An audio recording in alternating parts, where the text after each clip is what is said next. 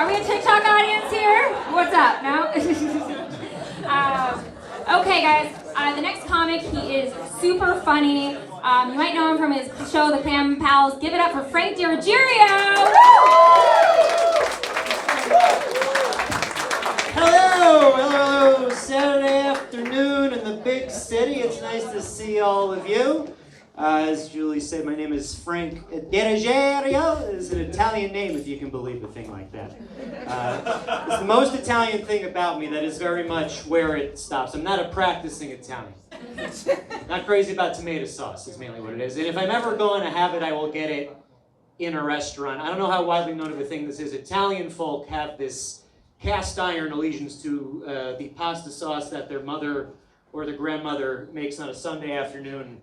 That drives me up a wall. It's a very frustrating experience dining out at an Italian place with an Italian person because they're sitting there suspicious. They're like, I don't know.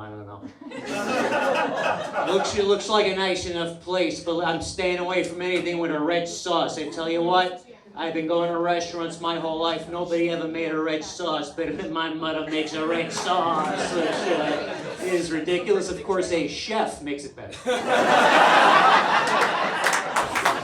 Any old chef, where do you stop being obtuse? Your mother is 97 and severely arthritic. Her hands look like haunted trees. There is no way she is stirring a whole pot of sauce down to a respectable viscosity, and she should not have to. She's 97. She came through Ellis Island. Jesus Christ. Put her in a chair, let her catch up on her stories. Go to the Outback Steakhouse or something. I don't know. I would love to see one Italian guy be objective about this, just sitting down at a restaurant like, oh, thank God, I'm so excited to have a fucking professionally made red sauce for once in my life, because the stuff my mother's been serving, no good, madon. She makes it, she likes to do it, keeps it going, so she makes it, we go, Ma, it's all right, but next time, he's up on the basil. And then she makes it next week. It's like, Ma, you gotta put some basil. Julie, what are you doing? There's a middle ground. She's a little stunata with the basil. I guess the next most Italian thing about me is I worship the movie The Godfather. I do.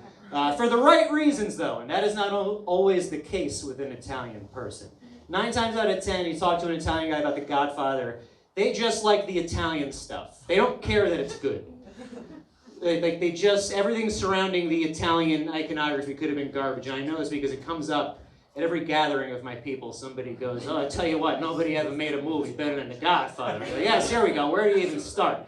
You got one of the greatest directors ever to stand behind a camera, adapting one of the most flawless screenplays ever written with the finest actors of a generation all together in their youth, in their prime, the editing, the cinematography, the score. There's not a misstep in the whole production, and the Italian guy's like, yeah, the cinematology's good. I like the part when he's got a cannoli and a gun. Sure, why not? Whatever. As long as you're watching it, as long as James Caan gets his residuals, I'm okay. I'll say I'm not here for too long up on this stage, but before I go, I'd like to say I'm happy to be here. I feel grateful. I'm healthy. I have made it thus far through the whole stuff without coming down with the coronavirus. I did, however, back in February, it was a little bit scary. I came down with a pretty gnarly case of Oscar fever. Who loves the Academy Awards?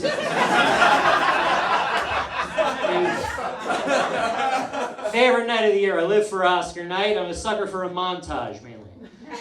This is what it is. When I say montage, I mean in between the awards. Usually when you watch the Oscars, 4 or 5 a show, they're good for these very, these just clip packages of iconic movie moments, classic scenes, lines, whatever. They set it to John Williams music. As a movie fan, it's a nice thing to see, I think. One year they did 15 of them in one show, to the point where people were like, that's enough, Jesus Christ, with the montages. And I get that, I think that's a weird complaint to level at the Oscars. That is a party that exists solely to celebrate the movie industry, and they got $1 billion to do it with. I don't know about any of you, but if I could every year at my birthday party just throw to a clip package of every time that I was personally ever awesome, my birthday party would be mostly montages. It'd be a large part of it. The second you walk through the door, like, hey everybody, thanks for coming. Beers in the fridge, snacks over there on the table. While you're getting settled, why don't we all take a fond look back at every time I ever made my stepdad laugh? Here we go.